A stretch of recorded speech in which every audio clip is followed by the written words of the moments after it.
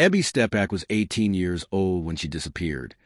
But the story of her disappearance doesn't begin on the night she vanished.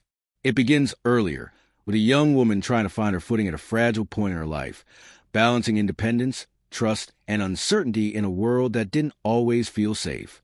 Ebby lived in Little Rock, Arkansas. To people who knew her well, she was described as kind, quiet, and thoughtful.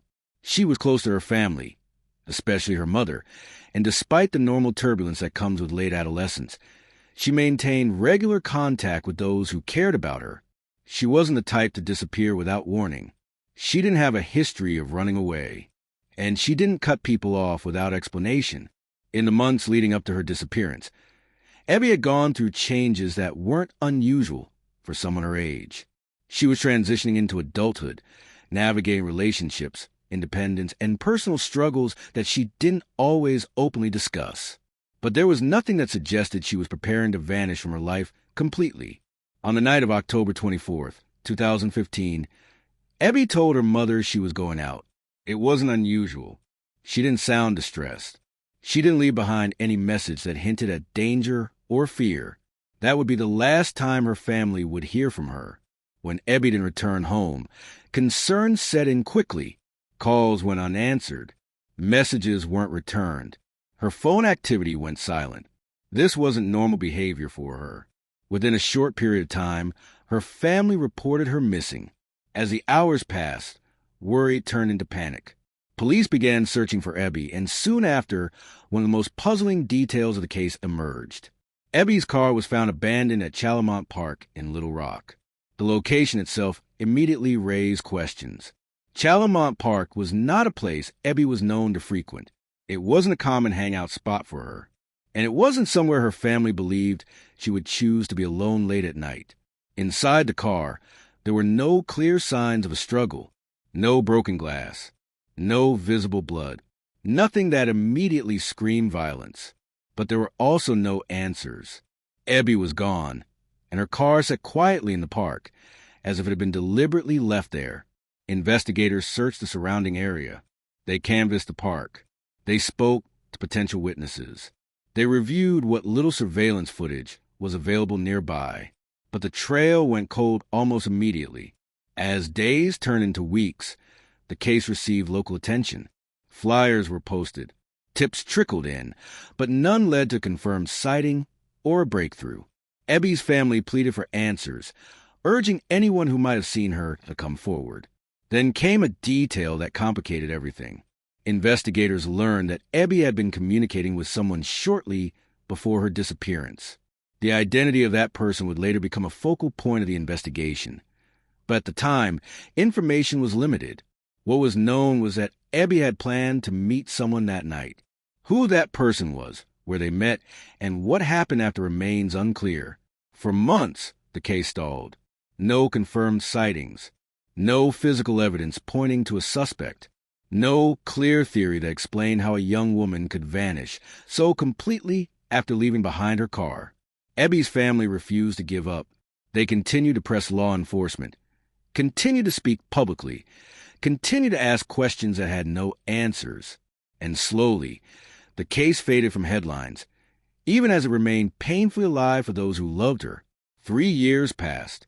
For most missing person cases, the passage of time makes resolution less likely. Evidence degrades. Memories fade. Witnesses move away. Hope becomes harder to hold on to. But in Ebby's case, time would eventually bring a discovery that no one was prepared for. In December 2018, investigators returned to Chalamont Park. Officially, they described the visit as a follow-up search. What prompted it has never been fully explained. Some reports suggest new information had come in. Others suggest law enforcement was re-examining old ground with fresh eyes. What they found would change the case forever.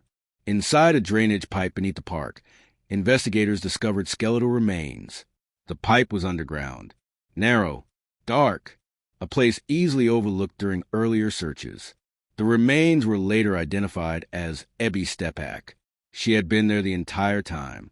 For 3 years, Ebby's body had remained hidden beneath the park where a car was found, in a place that had been searched before. The realization was devastating. It also raised immediate and troubling questions. How had she ended up inside the pipe? Why hadn't she been found earlier?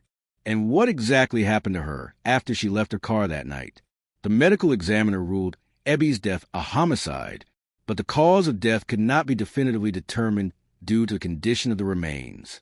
There were no clear answers about whether she had been killed elsewhere and placed there, or she had died inside the pipe itself. The location of her remains became one of the most unsettling aspects of the case. The pipe was not easily accessible.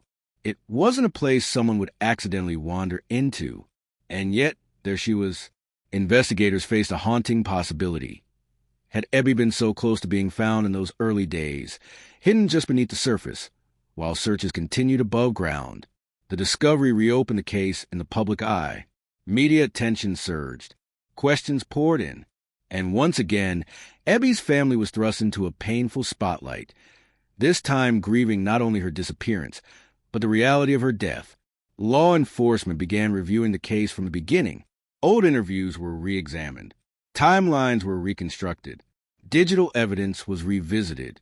And still, the case refused to give up its secrets. One of the most critical unanswered questions remained the same as it had been 3 years earlier. Who was Ebby with that night? Investigators confirmed that Ebby had arranged to meet someone, but details about that meeting have never been fully disclosed to the public. Whether this was done to protect the integrity of the investigation or because evidence was inconclusive remains unclear. What is clear is that someone knows more than they've said. Ebby did not simply disappear into thin air. She left her car. She moved away from it. She ended up in a place that defies easy explanation, and she never came home. Despite the homicide ruling, no arrests have been made, no suspects have been publicly named, and no definitive account of Ebby's final hours has been confirmed. For her family, the questions are relentless. Why was the pipe missed during earlier searches? Was it searched at all? If so, how were her remains overlooked? And what happened in the crucial window between the moment she left her car and the moment her life ended? For the public, the case sits uneasily between tragedy and mystery. It is not a story with clear villains or dramatic confrontations. It is a quiet, haunting case defined by absence of answers, a closure of justice. Ebby Steppach was found, but her story was not resolved.